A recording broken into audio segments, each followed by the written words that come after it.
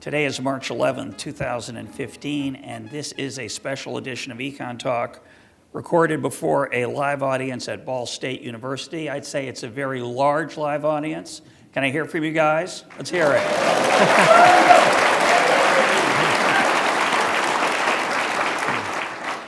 And our special guests are Vernon Smith and James Otteson. Vernon Smith is professor of economics at Chapman University and was awarded the Nobel Prize in Economics in 2002. Vernon, welcome back to ECONTALK.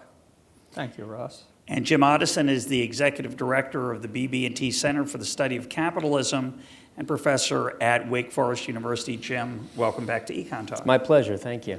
So our topic for today is Adam Smith. We're going to talk about his view of human nature, his impact on economics and philosophy, and his significance for our lives today and for the study of economics. Somehow we're going to manage to do that in about an hour. Jim, I'm going to start with you. Give us a short biography of Adam Smith.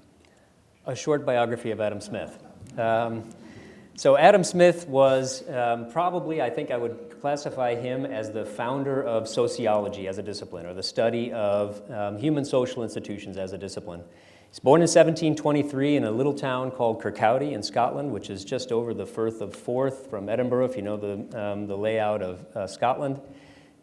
He studied at the University of Edinburgh and also studied at Oxford. He was not, by the way, too happy with his studies at Oxford. He thought that the professors at Oxford, because they had tenure and they had an endowment, the president of Ball State might pay attention to this, he thought that made them all lazy and they didn't actually do their job.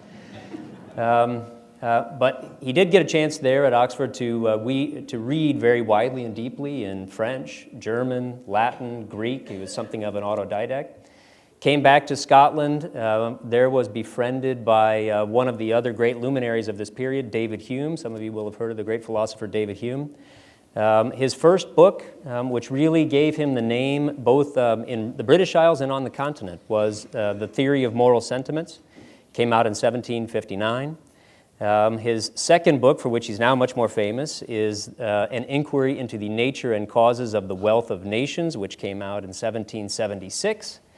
That was an auspicious year, of course. Some of you may remember that's the year in which David Hume died. Is that what you were thinking? That is the year David Hume died, also the signing of the Declaration of Independence.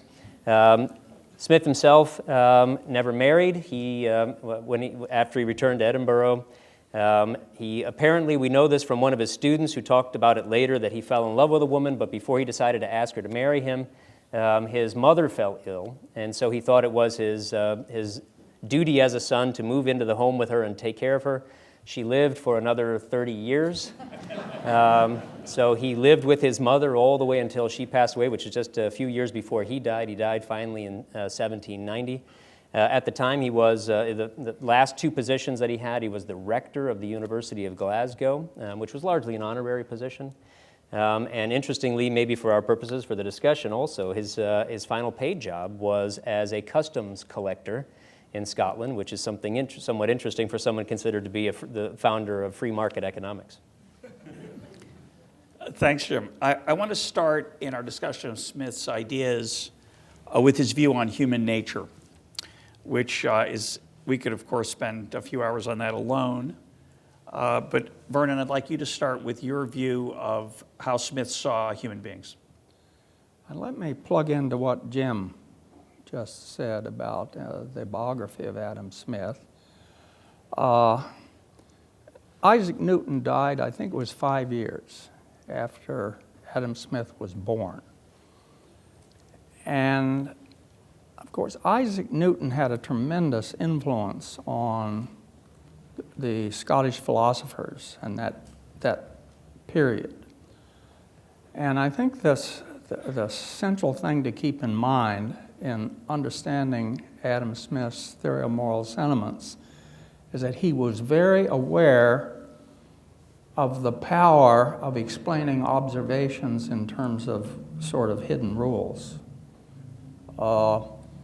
Rules and order that we're not aware of, but nevertheless have great power in explaining observations. And in a sense, what Adam Smith did was to apply those ideas to trying to understand what he saw as the most obvious characteristic of human beings, and that is our sociability.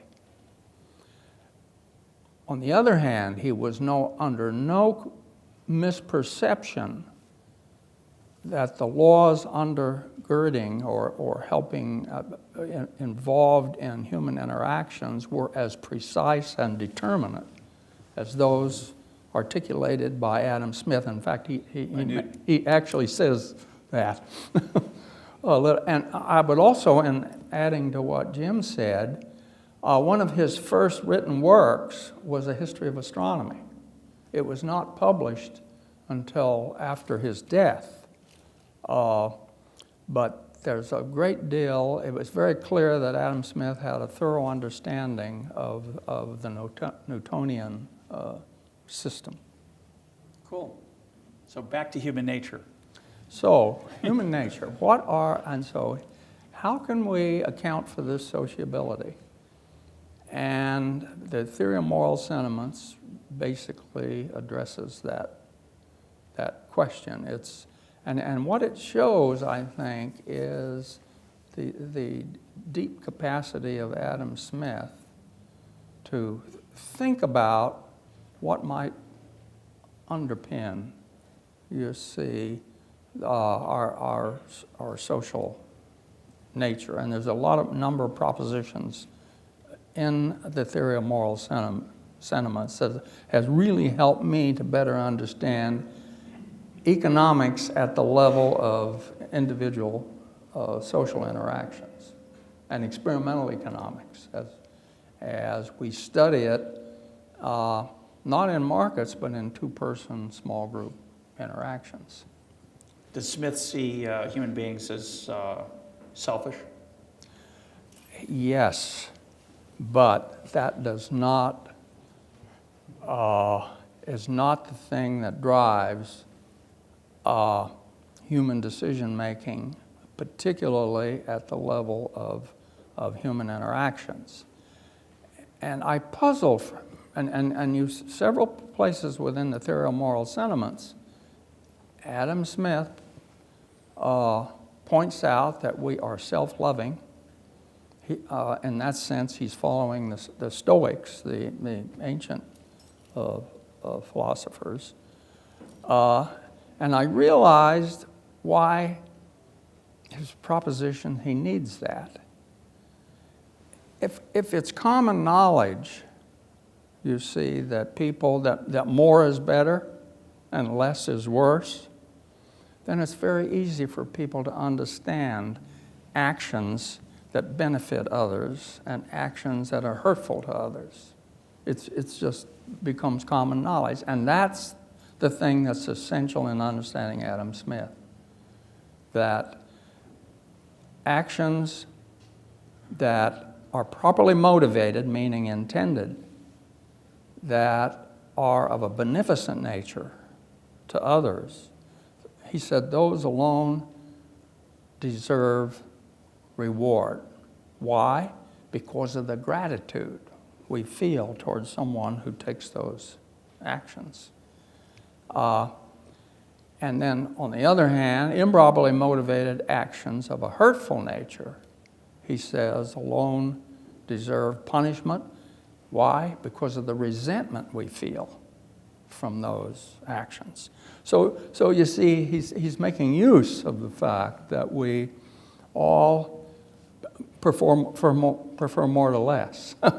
But it's not the thing that governs, you see, our decision-making, because he speaks of us learning to humble the arrogance of our self-love and to bring it down to what other people will go along with. And that's kind of, I think, that one of the central sentences in the theory of moral sentiments that has to do with Adam Smith's notion of self-command, how we develop a command over our lives and our interactions with others. Jim, how would you characterize Smith's view of the of our nature? I'm not sure I would agree to that. I would agree that, I'm not sure I would put it exactly the way you did, Vernon, that Adam Smith thinks human beings are selfish. I mean, I guess it depends on what we mean by that term. Self-interested, yes. Although for Smith, I think the term self-interest is a little bit broader than what you might normally think is included in that term, maybe what you might mean by the term selfishness, because he seems to think that my interests, what's in my interests, include the interests of people I love and care about. So if my family is flourishing, if my friends are flourishing, if my country is flourishing, these are my interests in the sense that they are interests that I myself have, and actions I take to serve those interests are, in a sense, self-interested, but they are also serving the interests of other people as well. I mean, but I entirely agree, and I think this is a point that's quite important. One of the amazing things about that book, The Theory of Moral Sentiments, I mean, if you didn't know what that book was about and you cracked open a book of moral philosophy from the 18th century, you might expect the book to be a list of things you should do to be a moral person. So a book about moralism rather than moral philosophy. But that's not what that book is about. What Smith wanted to do is he wanted to take this Newtonian method and see if we could apply it to human social institutions, the phenomena of human beings. And what he thinks he seems to have noticed, is that when you actually look empirically at the way human beings develop a mature moral sense, it is a process of development. So when they're children, an infant has no sense of moral propriety. They just scream out and demand whatever they want. But at some point over the course of their lives, they become moral adults when they have a very sophisticated sense of morality. And this process of change is what intrigued him. How do we go from being the amoral infants that all of us are to being the highly sophisticated moral adults that almost, at least all of us, become? And for him, this is an empirical question. So the book is really his conclusions on looking at the way human beings developed. And this connection between, so the sociality that you were talking about, Vernon, that's so important to him, plays a crucial role. So he says we all desire, here's one fact about human nature that Smith thinks that we have. We all desire the what he calls mutual sympathy of sentiments. What that means is we all like to see our own sentiments echoed in other people.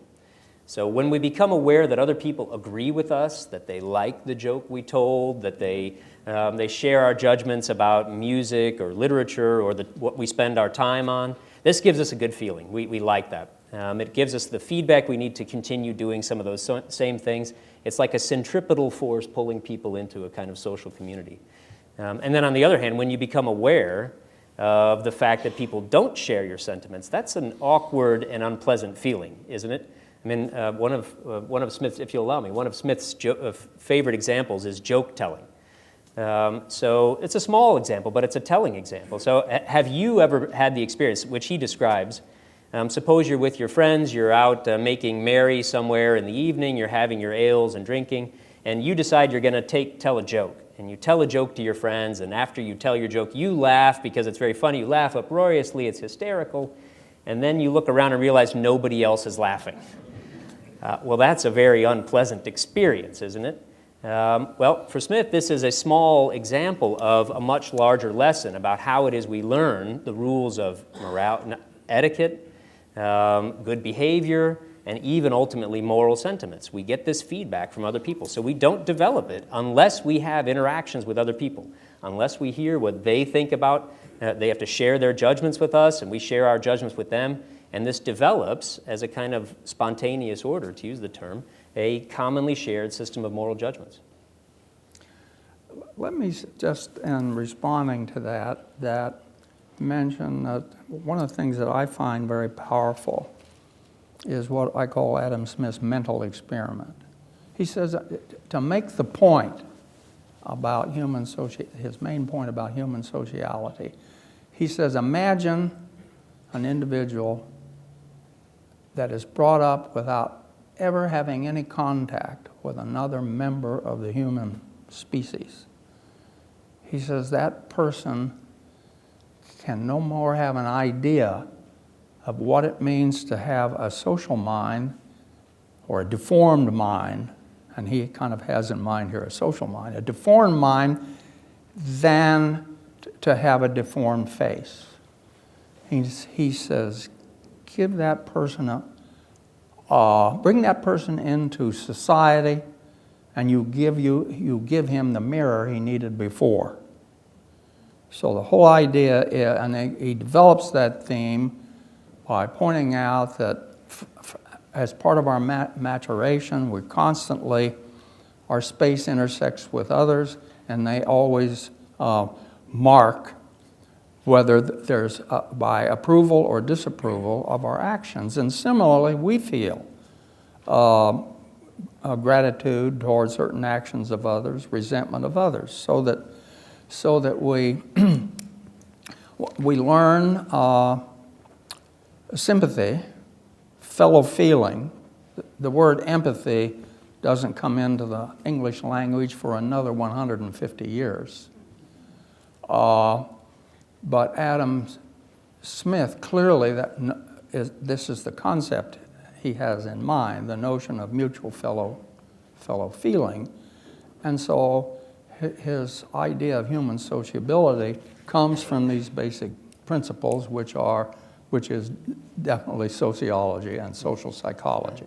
Right. Yeah, my take on it, the way I like to think about it is, if you watch children playing in a playground, or your own children, sometimes when they're younger, their favorite word is mine, right? It's all about me. And I think Smith understood that we are somewhat hardwired to think about me, that I am the center of my own universe. But then I have to deal with the fact that, bizarrely, you are the center of your universe. What went wrong there? I mean, why aren't you revolving around me? And if you to interact with people, you have to humble yourself. And for me, we'll talk about this later when we talk about the connection between Smith's works. But to some extent, both of the books are about dealing with the fact that what you want, which is me all the time, doesn't work very well. I want your property, and I want the floor. I like to hear myself talk. But if I want to have friends, which I also want, I've got to humble myself. I have to figure out, I have to make room, as you said, Vernon. And similarly, if I want to have more stuff, if I just take yours, I'm going to get in trouble. And so I've got to learn to trade. And if I'm going to learn to trade, I've got to think about what you care about. As you said, you want more of something, I got to figure out what that is. And so for me, Smith's view is about the tension that we all face between our desire to put ourselves first and our realization that if we do that, we're not going to be very happy. So we have this impulse to put ourselves first that we have to somehow quiet. So one way Smith says we do that is the impartial spectator. So Jim, why don't you tell us how the impartial spectator works? Well, the impartial spectator is Smith's term for something like what we might call today our conscience.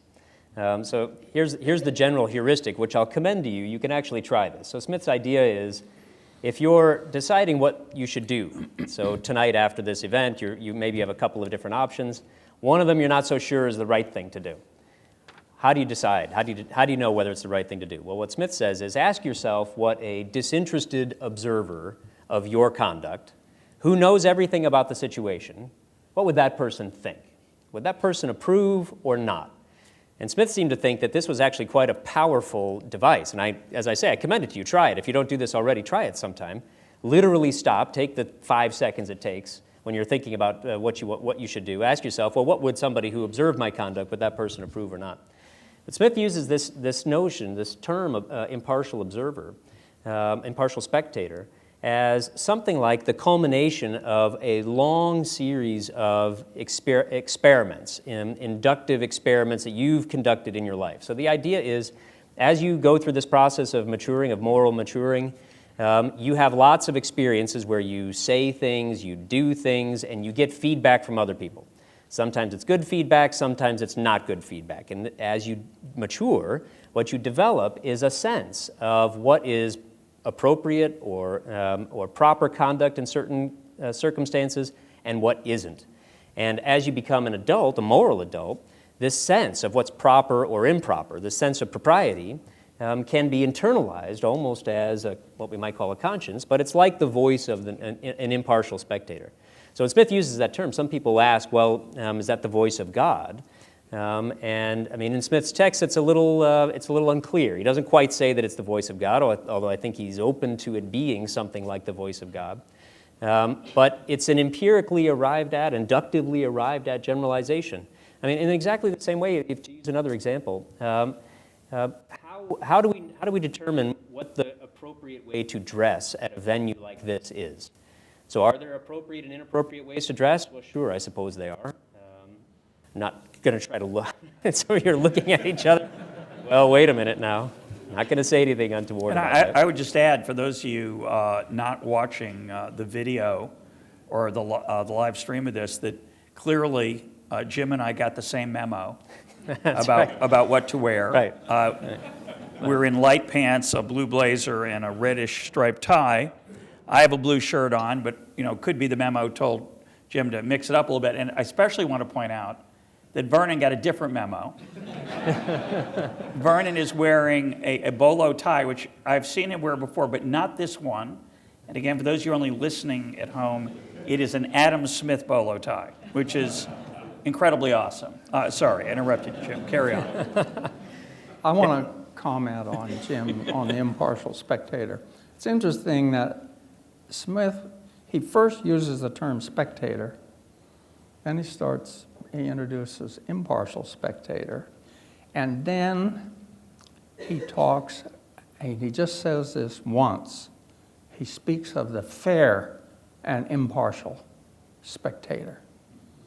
Now, he's using the word fair in its 18th century meaning, which is a sports metaphor. Fair in the sense of not foul. He's not talking about outcomes. He's talking about rules. Mm-hmm. Mm-hmm. And I think it's well to keep in mind that really throughout the book, it's the fair, impartial spectator. Right, well, so part of what the impartial spectator does, in talking about a disinterested observer that knows the circumstances, is the proper rules.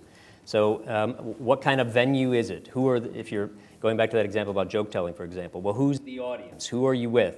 Are they older, younger? Is it the same language you're speaking? All of those things come in. Now, when you're deciding whether a joke you're about to tell is appropriate or not, you're going to go through all of those heuristics probably very quickly, maybe so quickly you don't realize it, and you'll come to a conclusion about whether a joke you're thinking about telling is appropriate or not.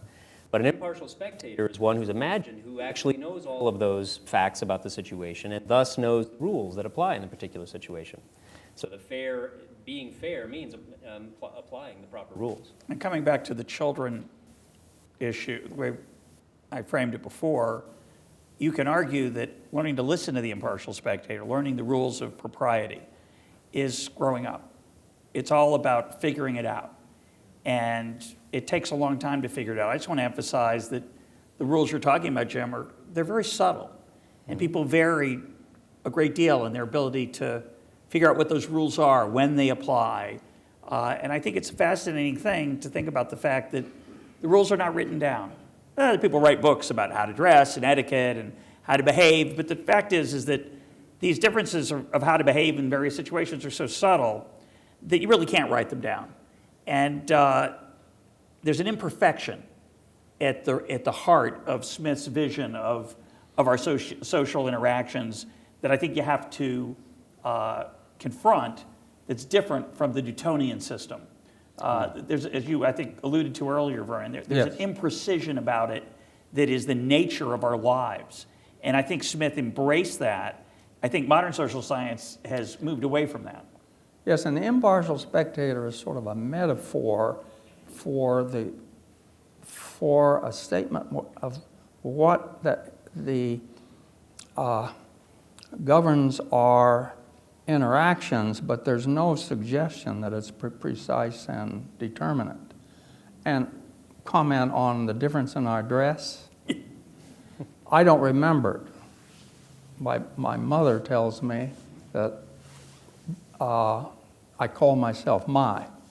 I said, my do it. Isn't that interesting? And then, of course, that was an early thing, but the mine, you see, was picked up as a way of identifying myself. Which Maybe I still got some of that problem, right? I think we all do. I think we all do. Do you want to say anything else, Jim, about that? About the imprecision. I think that's actually a strength of Smith's analysis, because one thing that I think he saw or came to see about the difficulty of transferring Newtonian methodology to human beings is that human beings are a bit unpredictable. You can't always predict exactly what human beings will do. That may have been thinking about, or a reflection of his religious view about human beings having free will. But there is a lack of fit. There's a dynamism about human interaction, about human societies. They go in ways that you can't always predict, and that's part of the process. So we can describe in very general outlines, but we can't always predict It's impossible to predict what kinds of clothing people will be wearing in 20 years. No matter how much you know about the facts today, you can't predict things like you can't predict in a year. And that's one of the exciting things, to me anyway, about human society. And human sociology, the science of sociology needs to understand that human beings aren't exactly like inanimate objects. So I'm going to push the impartial spectator a little far and let you guys react to this. You could argue, and I think there's a strong suggestion in the text, that Smith's impartial spectator is what allows us to create civilization. It's what allows us to create the rules and norms. My desire for your approval, my desire to avoid your disapproval keeps me in line. And I learn through going through life, as Jim suggested, what people approve of, what they disapprove of, when one joke's correct, one joke isn't. And I learn the rules of propriety that way. And the result is a harmonious order, mostly, in some situations, that is self-regulating. These rules are not regulations. They're not issued by the government about politeness, though some people would like there to be such rules. In general, our rules of social interaction, they emerge from our choices, our approval and disapproval, and that makes it sound really great. And I think to some extent it is really great. And yet, I think Smith understood that that's a little too extreme the way I've just told it. I think he understood that we also deceive ourselves. We also are prone to push the impartial spectator aside when he's telling us something we don't want to do, and we manage to do something perhaps improper anyway. So I'm curious what you think of. Self-deceit was the term he used, yes, that we very easily can deceive ourselves into believing and doing things that don't fit into this model, and that part of our problem is to overcome that self-deceit. And but that it rears its ugly head often in our lives. But it's the thing that Smith has helped me so much to understand is we'll come back to this, I'm sure, in your interrogation, Ross, but was to understand data that we were getting in experimental economics that you could not understand with a standard model. You see, and that, to me, that was powerful, and moreover, he was able to do that without making use of utility theory, preference theory, the way modern economists do it, even though underneath it is this, what he calls self-loving orientation, where more is better and less is worse. But that was the way we knew whether or not actions were hurtful or beneficial to others. So the common knowledge of that, you see, facilitated this understanding of the actions of others and the signals that you see that they send. Look, the way I think of it, Vernon, and I learned this from you, I like to say that Vernon's my second favorite economist named Smith, and I hope that doesn't hurt his feelings. Out in the world of trade and exchange with strangers, it's what's in it for me, which is the modern economist's fancy term is utility theory or preference theory. But when I'm interacting with my family and my friends, if that's my motto, I'm going to be in trouble. And it's not about what's in it for me, it's how do I make sure my conduct conforms to the rules of propriety?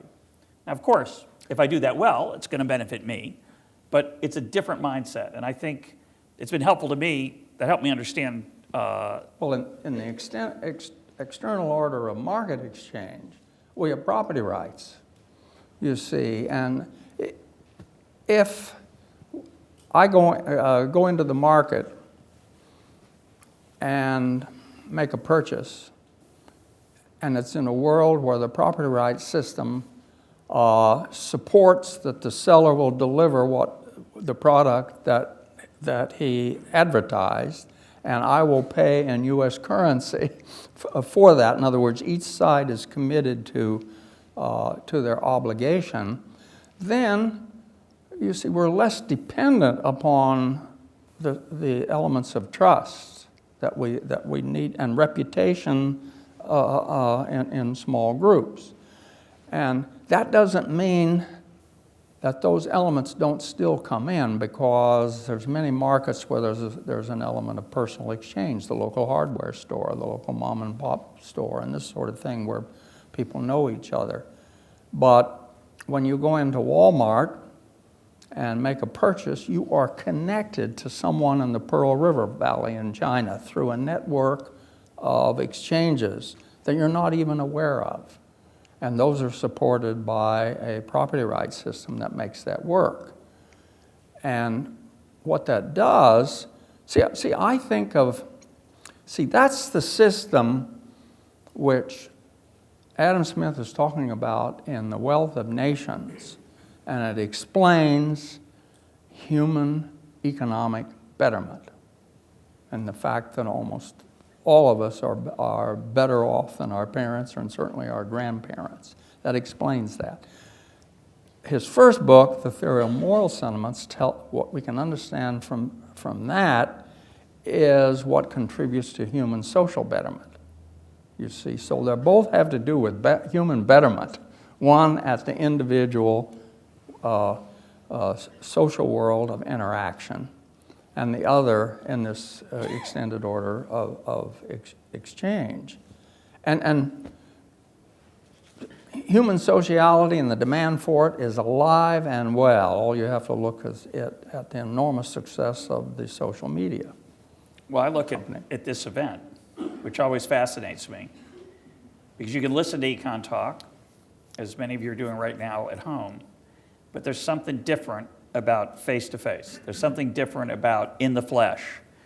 As great as recorded music is, which is perfect in today's world, near perfect, we still like to go to a live concert, which has a different human experience.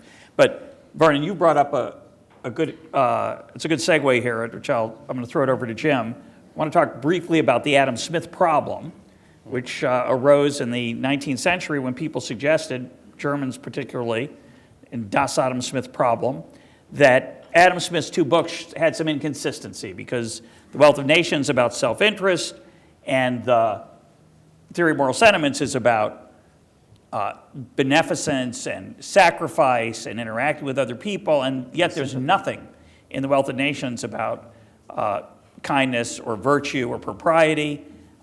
Maybe these were written by two different people. So what's your take on the Adam Smith problem, Jim? Yeah, I mean, it was the German scholars, as you mentioned, who came up with this very grave-sounding name, Das Adam Smith Problem. You know, this problem of how do we have, so we have two different books, and one talked about sympathy, and the other one talks about self-interest or self-love.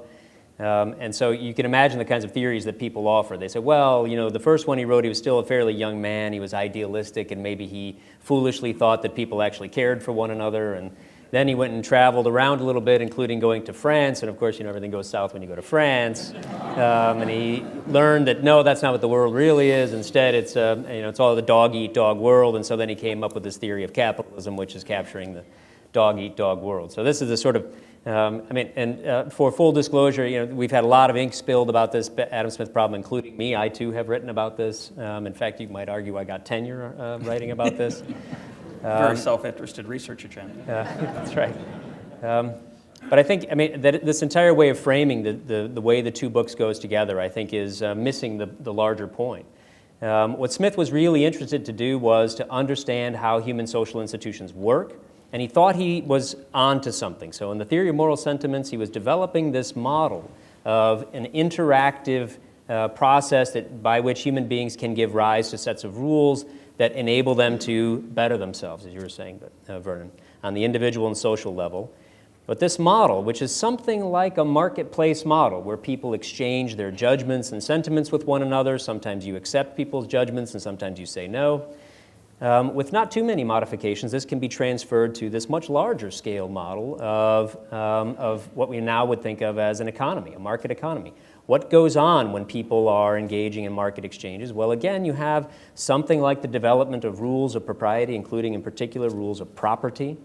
And a lot of the procedures and processes that govern exchanges in the marketplace are also not intended or designed by any one person. They emerge from the exchanges themselves. So there's a sense in which you can see each of these books as being two iterations. So Smith first trying to understand the social phenomenon of human moral judgment making, and then trying to understand this other perennial human social phenomenon of bartering and exchanging and trading and trying to improve our lives also materially. Both of those are fundamental and deep aspects of human life, and you get him attempting to explain each of them separately, but each of them in the two books. So I see those two books not as being in conflict, but indeed being deeply connected.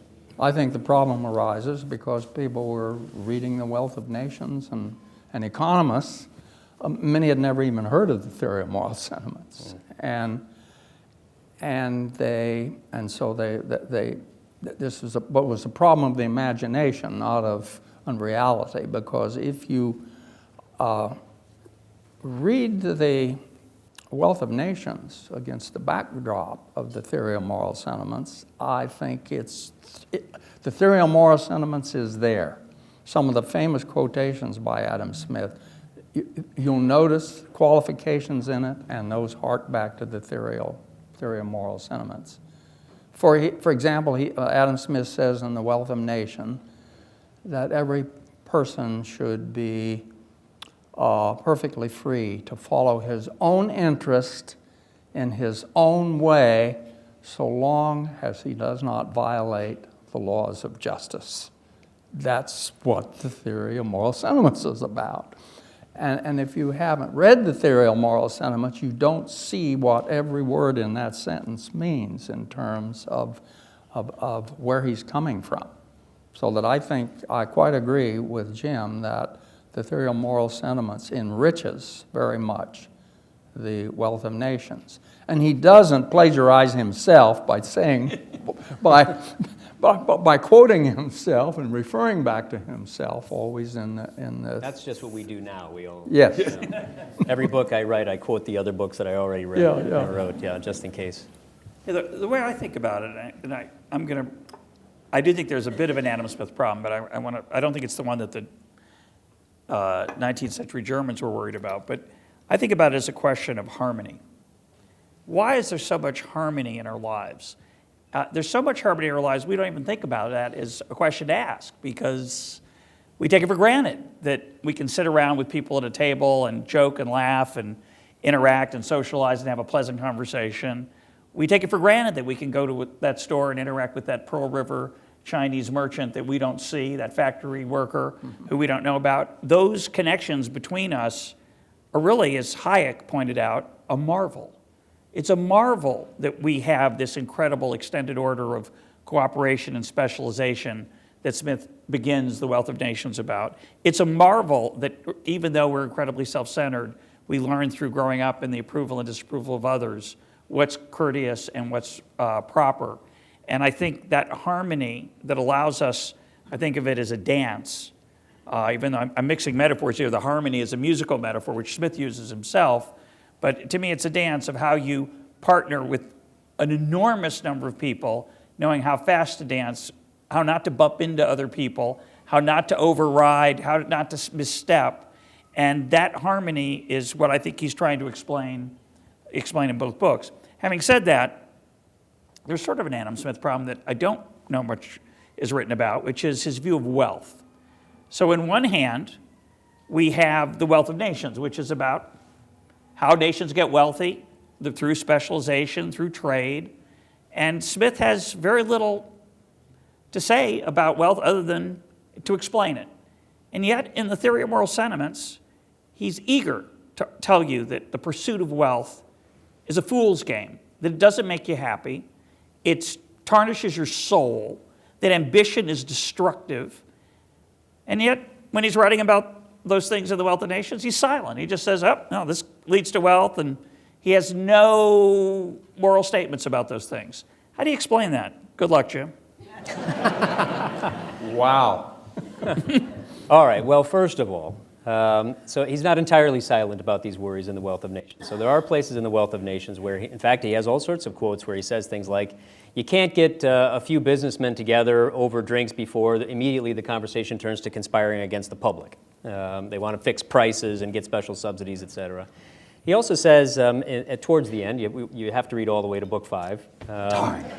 But he also... Once I get to the digression on silver, I put the book down. I'm sure I'm not alone. You're probably not alone, no. But he worries about the potential effects on workers, on laborers who are doing the same repetitive tasks over and over again. And he fears that he's trying to foresee. I mean, he's writing in the 18th century. He could not have imagined what markets would become later on, but he's imagining that a greater proportion of workers will become more and more specialized, which might mean that they do the same sorts of things over and over again, and this might have various deleterious effects on their minds. So he does have these sorts of worries. But I think there's another point I mean, there are several points to make, but let me make one. We also have to keep in mind the context in which he was writing The Wealth of Nations. So the full title of that book, which bears repeating, is an inquiry into the nature and causes of the wealth of nations. What Smith wanted to figure out was he was noticing that some places were beginning to get wealthy and other places weren't. And he wanted to know why. Why is it that some places are becoming wealthy, other places aren't? And for him, this was not merely an empirical investigation, not merely just something for academic or historical interest, but it was really a moral concern too, because right in the introduction to the book, so you only had to read a page and a half for this, but right in the introduction of the book, Smith talks about something that would have been quite vivid to people, his readers at the time, and that he himself saw, which is that there are people living in the poor highlands of Scotland in his day who are so desperately poor that they often find themselves, that mothers, he says, often find themselves in the horrifying position of trying to decide which of my children will get to eat today, because they can't all eat.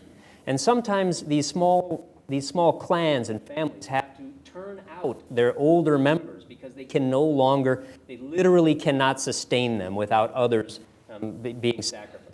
So when I say the context in which he was writing, that's the level of poverty in which many people lived. So this is a clear moral imperative and a moral concern for Smith, that we have to figure out what the institutions are that can enable people to rise out of at least those desperate levels of poverty. Once they get above those desperate levels, once we pass certain thresholds, well, then this opens up all sorts of worlds of opportunity, frontiers of possibility for human life. Then we can start talking about, well, what is justice? What is a virtuous human life? Am I called to be a musician or a philosopher or something else? None of those questions are possible when people are at that desperate level of poverty. So I think when you're trying to figure out what is going on behind what's the analysis in The Wealth of Nations, you have to remember that he's looking at people living at some very low historical norms of poverty, looking at the misery in which many human beings live, and he says, that's job number one. Let's figure out first what the institutions are that enable us to rise out of those levels, and then that can enable us to turn our attention to the things that we would like to imagine really do matter to living a truly flourishing, humane life. Jim, I think that tells you why Adam Smith is relevant for the 21st century, because these issues are very evident today. And a lot of people have a dim view of markets. They don't, it's not evident, you see, to a lot of people that markets have this capacity for raising human betterment, the economic betterment of people. And it's interesting, and I think particularly important to notice that Adam Smith was concerned about the conditions of labor. And it's interesting that as societies, groups become wealthier, then they start to turn to those sort of concerns. You see that in China today, that conditions of labor are starting to become more of a concern in the areas of China as their wealth grows, and that happens everywhere. And the issues are basically moral.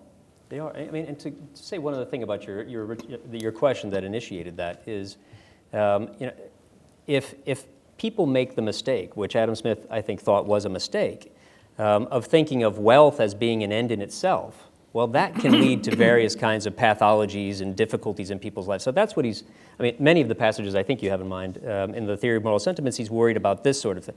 Wealth is not an end in itself, but and if someone were to ask Adam Smith, well, if all you read was the Wealth of Nations, and you said to Adam Smith, well, is wealth the only thing that is money the only thing that matters? The answer is obviously no.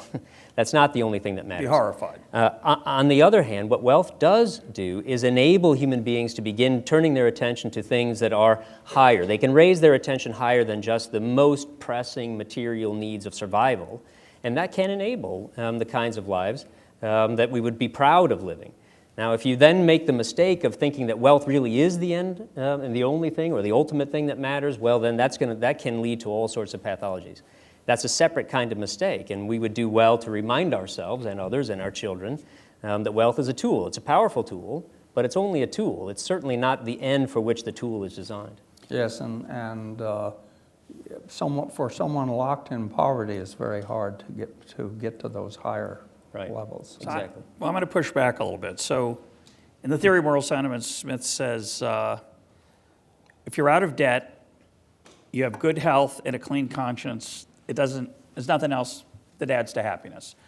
I'm sure each of the people here could quote that more precisely, but that's what he says. It's a beautiful thought. Sometimes I think it's true. Yeah. But most of us have a desire for this. We like these. I'm holding up my iPhone.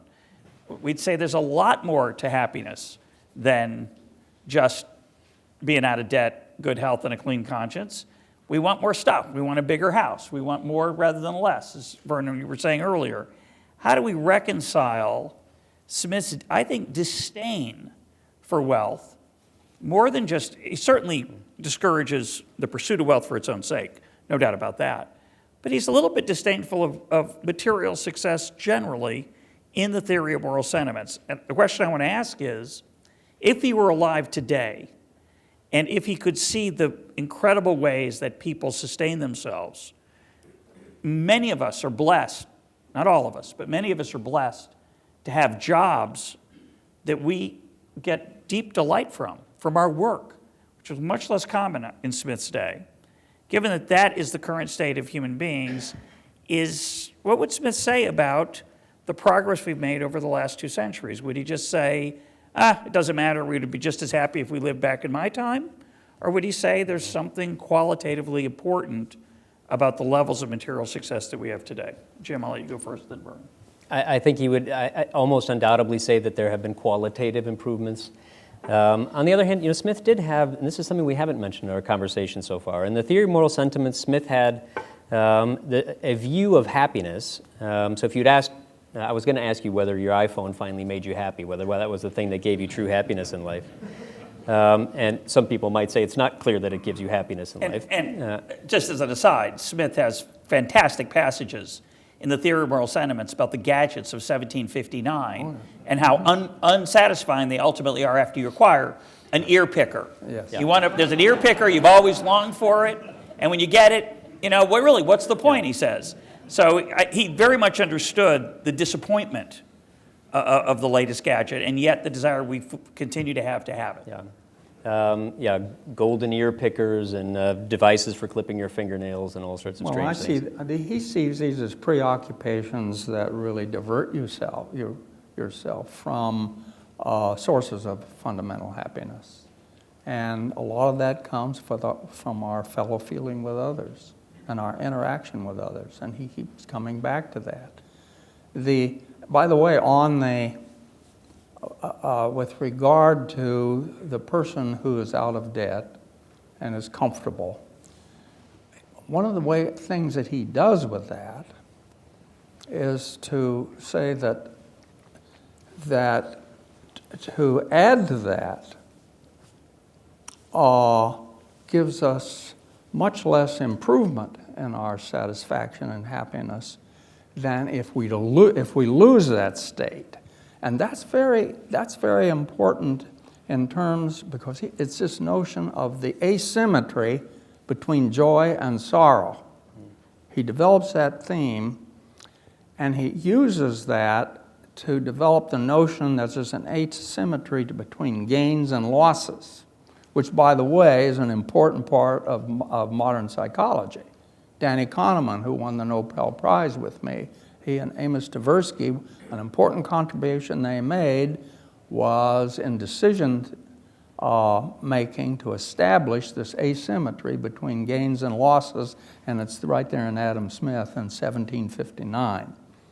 That's cool. But Jim, I interrupted you about happiness. Did you want to, on your iPhone, what else did you want to say there? One other maybe sort of philosophical point about that is that Smith had a view about what constituted happiness as being something like tranquility. So Vernon, you mentioned earlier about the Stoics. So he seems to have been moved, impressed by this view that having a kind of stoical tranquility was an element of happiness, maybe even constituted happiness.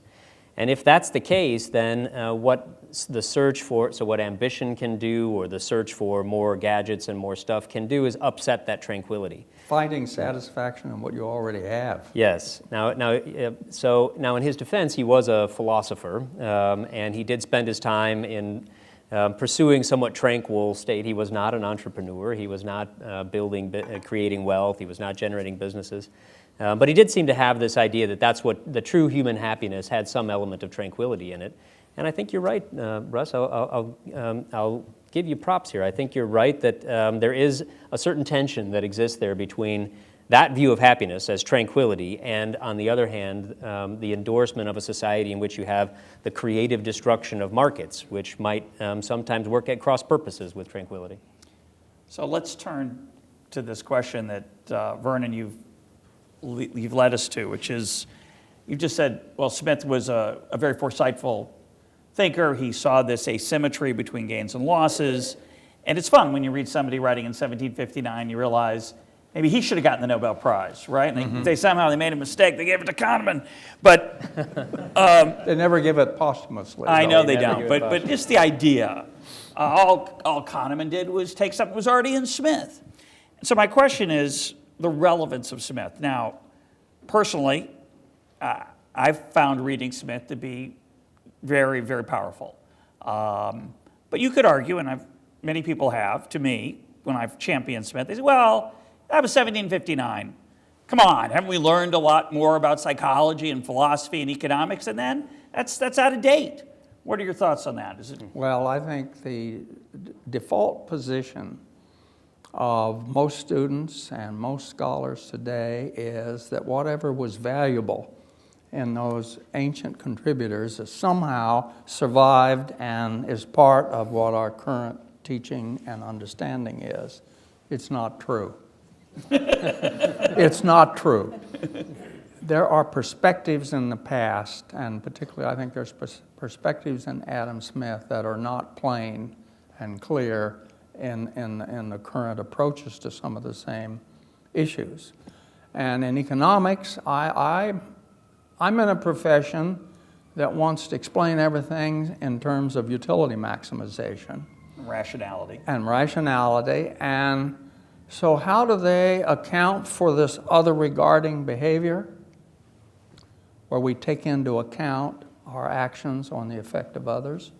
They say, well, that means I have a utility for the outcome that you get as well as I get. So this is an ex post hoc fit. Having discovered that that's what real people do, and we come along and we invent a utility function that's consistent with that. That's not good science. For one thing, it doesn't tell you where that utility function comes from. It doesn't really get into the nitty-gritty of the dynamics of social interaction that gives you an idea of the rules that we follow, which maybe you can, after the fact, characterize them in that way. But it doesn't capture this notion of rule-following behavior that comes out of our experiences from the time we're born. you see, the human sociality. So I see in Adam Smith a perspective that is not evident in modern economics. And I have other experimentalists and behavioral economists that like to come up with utility function that explains people's behavior, but they never predicted the behavior with those, you see. And what I find powerful about Adam Smith is I realize that there's predictions in those propositions that govern what people are doing in these anonymous two-person games that we do in the laboratory. I'm sorry, I didn't get that from modern economics. I got that from Adam Smith. Jim? Have we learned anything about philosophy or anything since 1759? I mean, can't we just ignore it? Well, we can at our peril. I mean, let me ask you, is it no longer the case that human beings seek approval from one another? Is it no longer the case that we seek out society with one another? Is it no longer the case that we desire mutual sympathy of sentiment? So what Adam Smith did in this remarkable book, and by the way, I will go on record here and say that I think that's probably the most important book in moral philosophy, the theory of moral sentiments, written since Aristotle's Nicomachean Ethics. But he's dead too. He's dead too, and he got a lot of things right too. So what you get in Smith is a rich and deep understanding of human nature, which even if we are all convinced by Darwinian evolution that there is nothing ultimately fixed in human nature, it doesn't change in 250 years or 2,000 years or 200,000 years.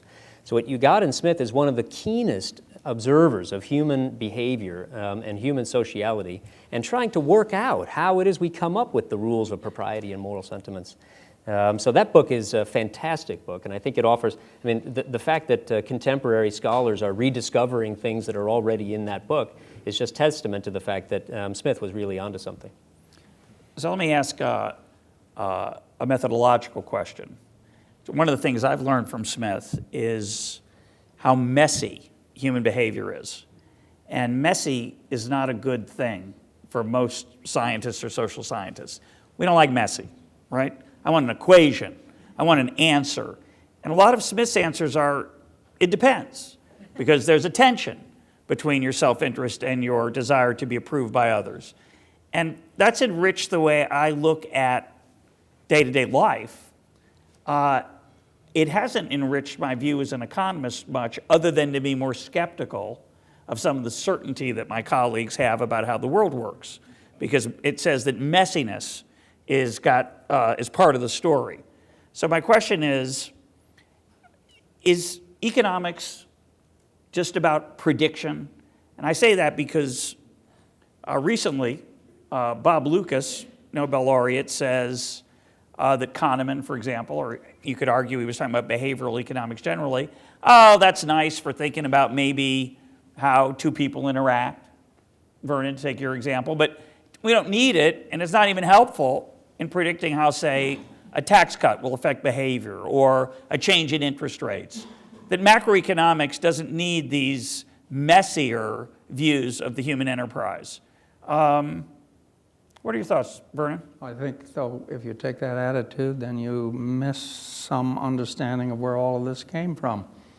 You see, the world didn't start just yesterday when Bob Lucas started to teach. And I think that's an important part of understanding the human condition and who we are as humans and what we might become. So I see it as, prediction is important in the sense that it tests your understanding of what's going on. It's interesting that Adam Smith, also David Hume, used the word experiment. What did he mean by that? He means a case. In other words, one data point, sometimes. It's a case. It's a situation that we have empirical evidence on. And the point is, within both Hume and Smith, is that we use this to test, to challenge our understanding of the world. And that cases are important.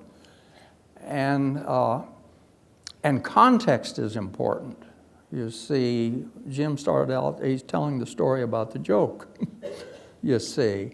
Contexts are very, very important because the rules we follow are situation dependent, and they depend upon the situations. And that makes it look complex and messy, yeah. you see.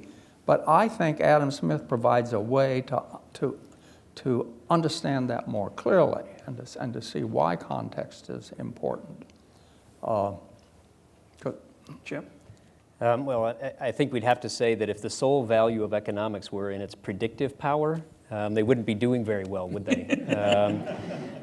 So I think that's not to say that quantitative analysis is not important. It is. But for me, the great lesson from Adam Smith, that I took from Adam Smith, it really fundamentally changed the course of my career and my thinking about things in many ways.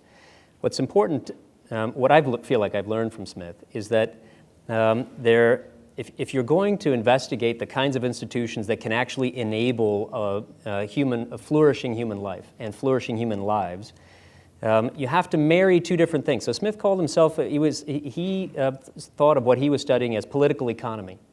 And what that means is you have to have sound moral philosophy on the one hand, but it has to be married to the what we think we know about the actual condition of human beings on the other hand.